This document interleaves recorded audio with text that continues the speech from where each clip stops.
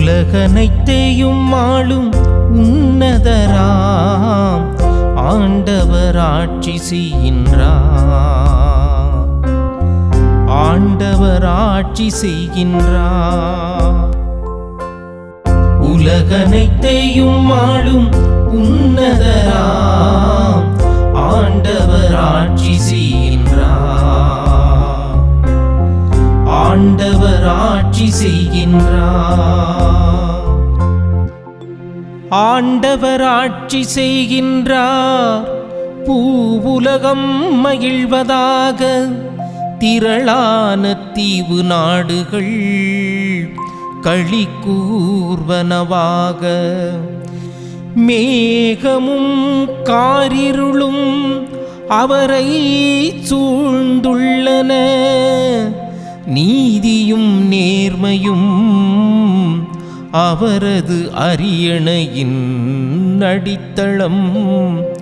அவரது அரியணையின் அடித்தளம்.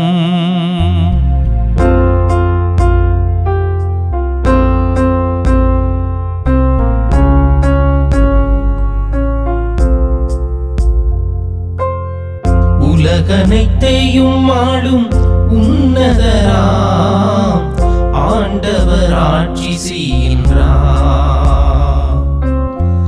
ஆண்டவர் ஆட்சி செய்கின்றார். இயேசுவில் எனக்கு மிகவும் பிரியமான மாதா தொலைக்காட்சி அன்பு நேயர்களே, தினம் ஒரு திருப்பாடல் என்கிற நிகழ்வு வாயிலாக உங்களை சந்திப்பதிலே மகிழ்ந்த மகிழ்ச்சி அடைகிறேன். மட்டற்ற மகிழ்ச்சி, மிக ஆனந்தம்.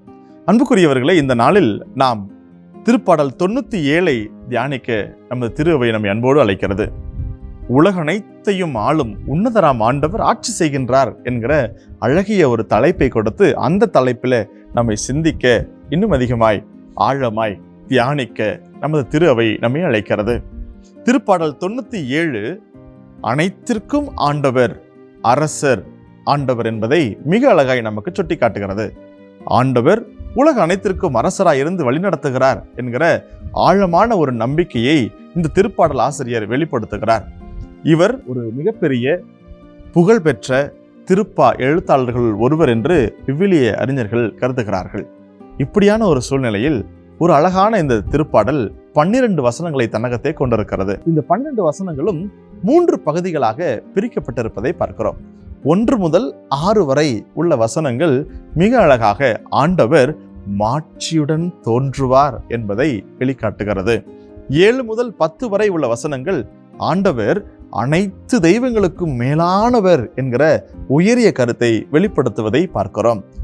அதை தொடர்ந்து வருகிற 11, 12 ஆகிய வசனங்கள் மிக அழகாக நேர்மையாளர்கள் மீது ஆண்டவர் அளவு கடந்த அன்பு கூறுகிறார் என்பதை பார்க்கிறோம்.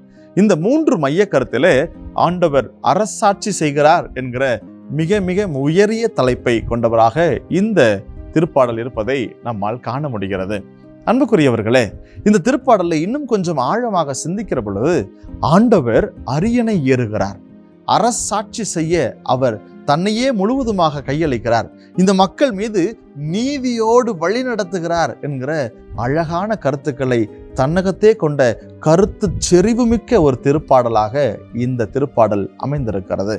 திருப்பாடல் 97 நாம் இன்னும் அதிகமாய் வாசிக்கிற பொழுது, இன்னும் ஆழமாய் உணர்கிற பொழுது ஆண்டவர் நீதியுடன் மக்களை ஆட்சி செய்கிறார்.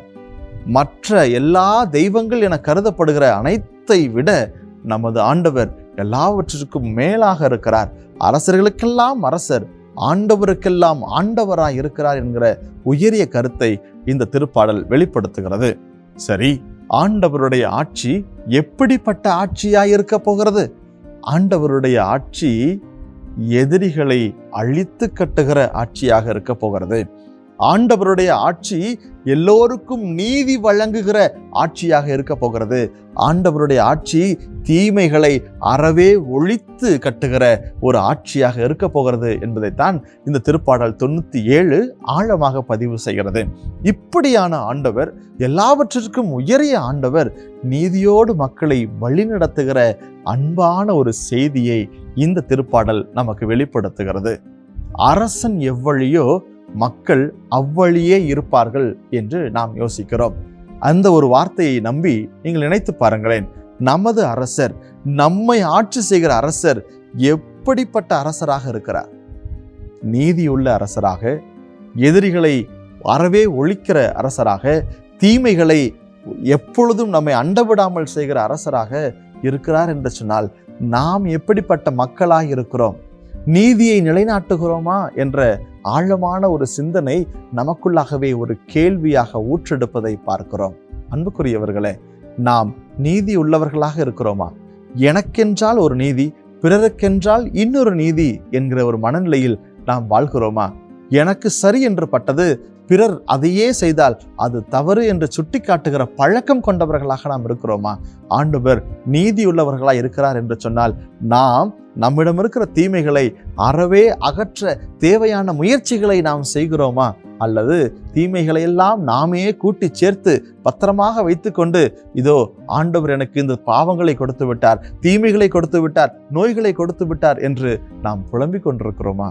ஆண்டவர் உலகனைத்தையும் ஆளுகிறார், நம் மீது ஆட்சி செய்கிறார், நீதியோடு ஆட்சி செய்கிறார், அன்போடு ஆட்சி செய்கிறார், தீமை அறவே அகற்றுகிற ஒரு ஆட்சியை ஆண்டவர் செய்கிறார் என்று சொன்னால், அன்புக்குரியவர்களே, நீங்களும் நானும் நீதியை விரும்பினால், நேர்மையை விரும்பினால், நேரிய வழியில் நடந்தால், தீமைகளை வெறுத்தால் ஆண்டவர் நம்மை அன்பு செய்கிறார், நம் மீது அன்பு கூறுகிறார் என்பதுதான் இந்த திருப்பாடலினுடைய இறுதி பகுதியாக இருப்பதை பார்க்கிறோம். அப்படி என்றால் நீங்களும் நானும் அன்பின் மாந்தர்களாக, நீதியை விரும்புகிறவர்களாக, சரியான பாதையை தேர்ந்தெடுக்கிறவர்களாக நாம் வாழ அழைக்கப்படுகிறோம்.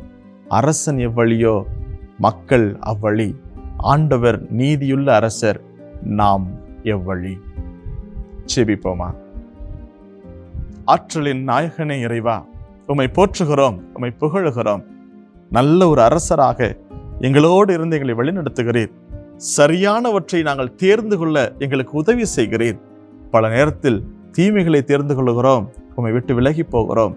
உம்மை போல உம்முடைய அரசாட்சியில் வாழக்கூடிய மக்களாக நாங்கள் வாழ எங்களுக்கு உதவி செய்யுங்க. உடனிருந்து ஆசீர் தந்து, உமது அருள் தந்து, கரம் பிடித்து வழி நடத்துங்க. எங்கள் ஆண்டவராகிய கிறிஸ்து வழியாக உம்மை மன்றாடுகின்றோம். ஆமென்.